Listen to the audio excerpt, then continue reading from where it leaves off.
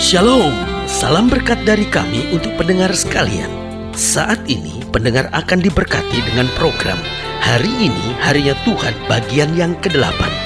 Sebuah program rohani tentang doktrin Alkitab yang menolong kita untuk semakin tertanam dalam kebenaran firman dan bertumbuh dalam kemuliaan. Bersama hambanya, Pendeta Gilbert Lumwendong, STH. Banyak orang merasa doktrin Alkitab sebagai sesuatu yang membingungkan. Tetapi tahukah saudara bahwa doktrin Alkitab intinya adalah memahami Alkitab dengan benar, dengan pemahaman yang sistematis, sehingga kita terus dapat tertanam di dalam kebenaran firman, sehingga kita terus bertumbuh di dalam kemuliaan Allah. Buka hati saudara sekalian untuk menerima berkat-berkat firman-Nya hari ini.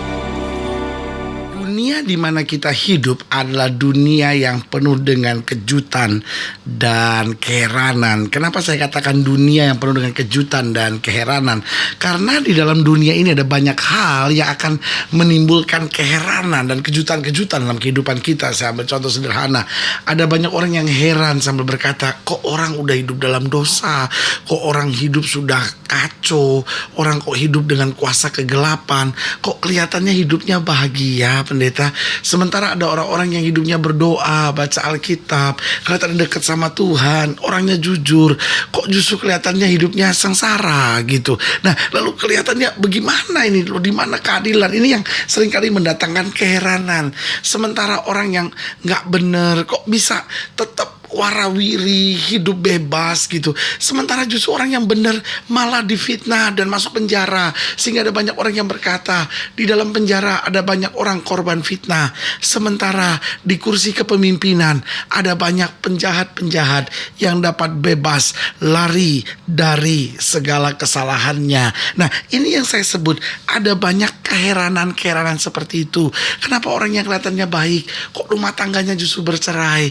Kok lihat ada orang-orang yang hidupnya gak karu-karuan, dia pandai menyembunyikan segala kebohongannya, justru malah tidak bercerai, malah dipercaya oleh istrinya. Sebagian orang berkata, kok ada orang yang hidup bebas, keluar masuk diskotik, lakukan hubungan seks pranikah, kok justru tidak hamil. Sementara ada orang yang benar dan mungkin hanya karena satu kesalahan saja yang dia buat, justru hamil di luar nikah. Saudaraku yang kasih dalam Tuhan, ini yang saya sebut, ada banyak keheranan-keheranan. Sebagian orang berkata, kok justru rumah-rumah dukun dan rumah-rumah penyembahan berhala, rumah-rumah bordil, kok justru aman, justru dilindungi oleh aparat. Sementara rumah-rumah tempat ibadah, justru ini yang diratakan, dibakar, seperti kayak tempat kejahatan, maksiat apa gitu. Nah, saudaraku yang kasih dalam Tuhan, dalam hidup ini memang banyak keheranan-keheranan yang terjadi. Tapi satu hal yang kita tahu, segala sesuatunya tetap ada dalam kontrol Allah. Apapun yang Allah kehendaki pasti akan terjadi, dan apapun yang Allah tidak kehendaki tidak akan pernah terjadi. Karena itu tidak ada alasan untuk kita mengeluh. Alkitab dengan tegas berkata, Allah kita turut bekerja sama dalam segala perkara untuk mendatangkan kebaikan bagi setiap orang yang mengasihi Dia. Haleluya. Selamat datang dalam program kita hari ini, Harinya Tuhan. Sebuah program rohani yang kembali mengingatkan kepada kita betapa pentingnya kita menjadikan firman Tuhan sebagai dasar keseharian hidup kita. Karena selama kita jadikan firman Tuhan sebagai dasar keseharian hidup kita, langkah-langkah ke depan kita penuh dengan kepastian, kemenangan, berkat, mujizat, dan perkara-perkara yang besar. Haleluya. Dan dalam program ini kita sedang membahas tentang menjadi heran. Saudaraku yang kasih dalam Tuhan, ada banyak orang yang akhirnya stres, ada banyak orang yang akhirnya lari kepada kuasa-kuasa kegelapan, banyak orang yang lari ke diskotik. Kenapa? Karena dia gak tahan gitu, heran dengan segala sesuatu yang terjadi, dan akhirnya gak bisa terima kenyataan. Bahkan tidak sedikit yang akhirnya lari dari Tuhan, tinggalkan pelayanan karena heran, kok orang pelayanan kok bisa begitu, kok saya udah melayani Tuhan, kok masalah hidup saya begini berat gitu. Tapi tahukah saudara, kadangkala tidak semua hal dalam hidup ini bisa kita mengerti. Tapi kalau saja kita mau berserah kepada Tuhan, selalu kita akan melihat yang terbaik Bapa berikan buat kita. Haleluya. Nah, saudara yang kasih dalam Tuhan, dalam Wahyu Wahyu pasal 17, dalam Wahyu pasal 17, mulai dari ayat yang ke-7 sampai ayat yang ke-18, Wahyu pasal 17, ayat yang ke-7 sampai ayat yang ke-18, demikian firman Tuhan. Dan ketika aku melihatnya, aku sangat heran. Lalu kata malaikat itu kepadaku, mengapa engkau heran? Aku akan mengatakan kepadamu rahasia perempuan itu dan rahasia binatang yang memikulnya. Binatang yang berkepala 7 dan bertanduk 10 itu. Adapun binatang yang telah kau lihat itu telah ada, namun tidak ada.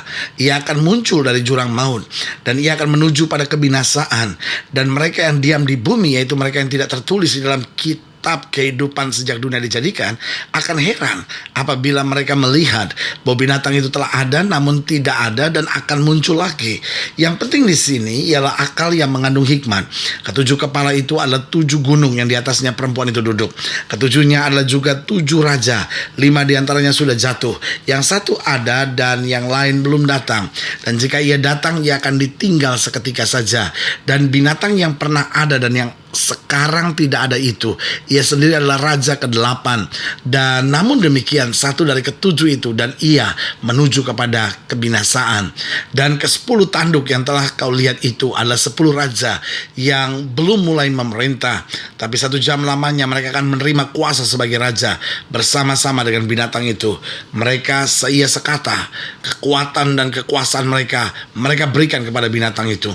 Mereka akan berperang melawan anak domba, tetapi anak domba akan mengalahkan mereka, karena ia adalah Tuhan di atas segala Tuhan dan Raja di atas segala Raja. Mereka bersama-sama dengan dia juga akan menang, yaitu mereka yang terpanggil, yang telah dipilih dan yang setia. Haleluya. Lalu ia berkata kepadaku, semua air yang telah kau lihat di mana wanita pelacur itu duduk adalah bangsa-bangsa dan rakyat banyak dan kaum dan bahasa.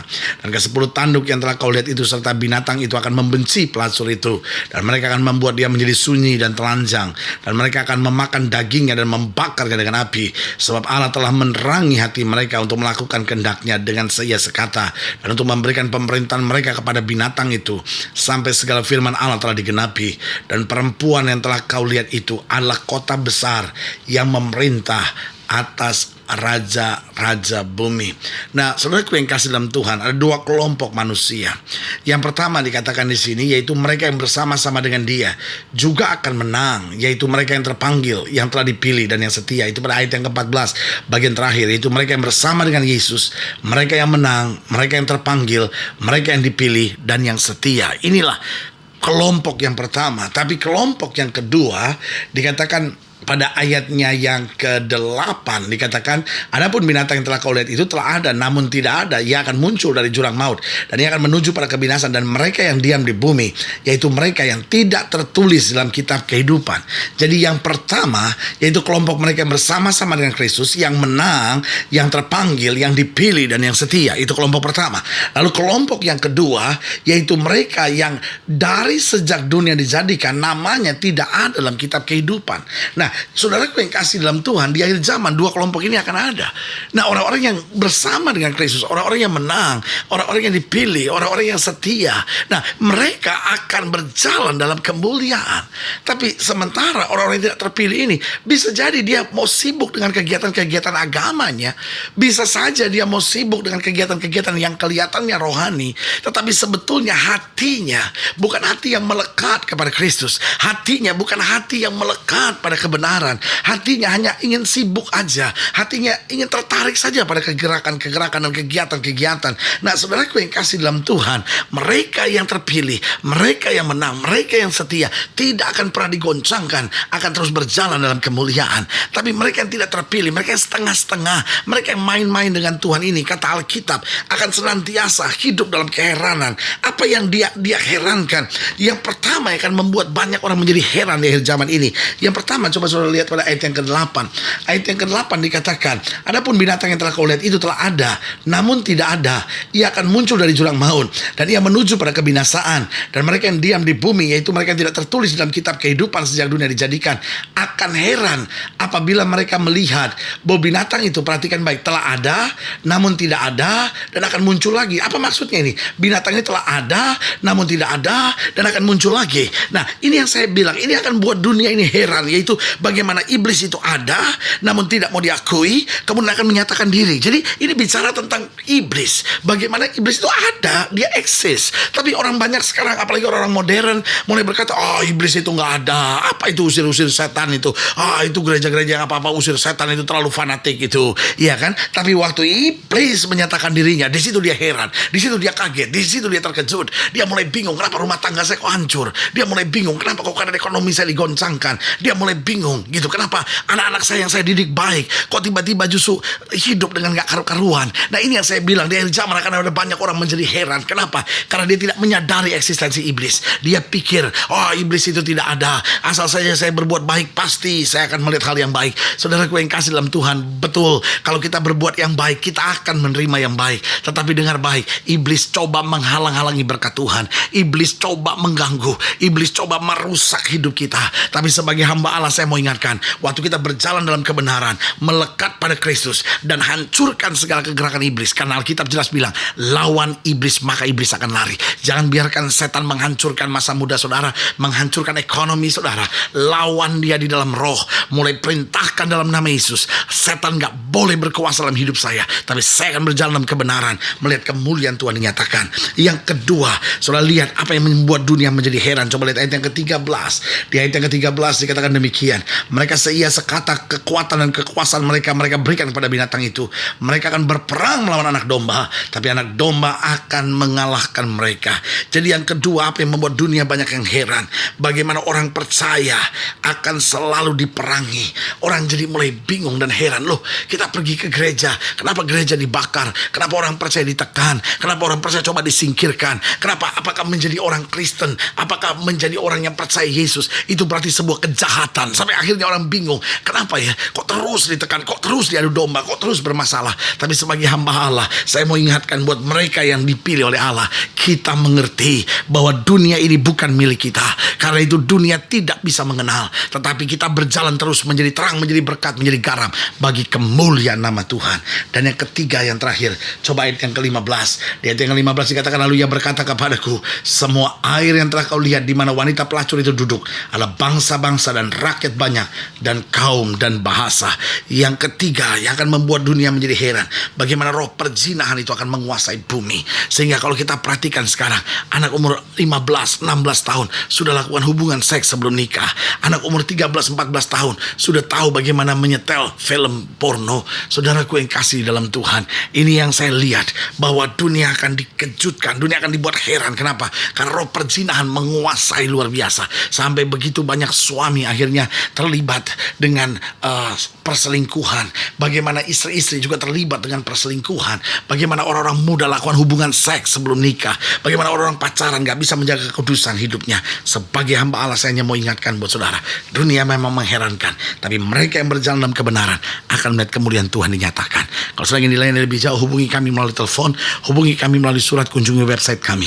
Karena kami ada untuk membawa Bapak Ibu Saudara senantiasa lebih dekat pada Tuhan dan mengalami kasih kuasa mujizat yang luar biasa. Secara khusus melalui program ini saya mau berdoa buat saudara yang sakit, saudara yang berbeban berat. Saudara boleh taruh tangan kanan saudara di dada dan kita akan berdoa. Mari kita berdoa. Bapa, dalam nama Yesus, hamba doa buat yang sakit, hamba doa buat yang berbeban berat, hamba doa buat setiap mereka yang sedang menghadapi masa-masa yang sukar. Bapa, melalui program ini hamba berdoa di dalam nama Yesus. Tuhan jamah, mungkin kami heran melihat kegerakan roh jahat, bagaimana roh perzinahan, bagaimana orang percaya ditekan. Tapi hari ini hamba berdoa di dalam nama Yesus, roh kemuliaan turun, sehingga yang sakit disembuhkan, yang susah dihiburkan, kekuatan baru Tuhan berikan, sehingga kami maju bersama dengan Yesus, melihat kemuliaan Tuhan dinyatakan di tengah hidup kami. Di dalam nama Yesus kami berdoa, haleluya. Amin. Saudaraku yang kasih dalam Tuhan, kita sudah berdoa. Ingat, Allah tidak pernah lalai menepati janjinya. Inilah saatnya buat kita untuk bangkit bersemangat, bersuka cita dalam menghadapi segala perkara. Karena kita tahu Yesus tidak pernah gagal.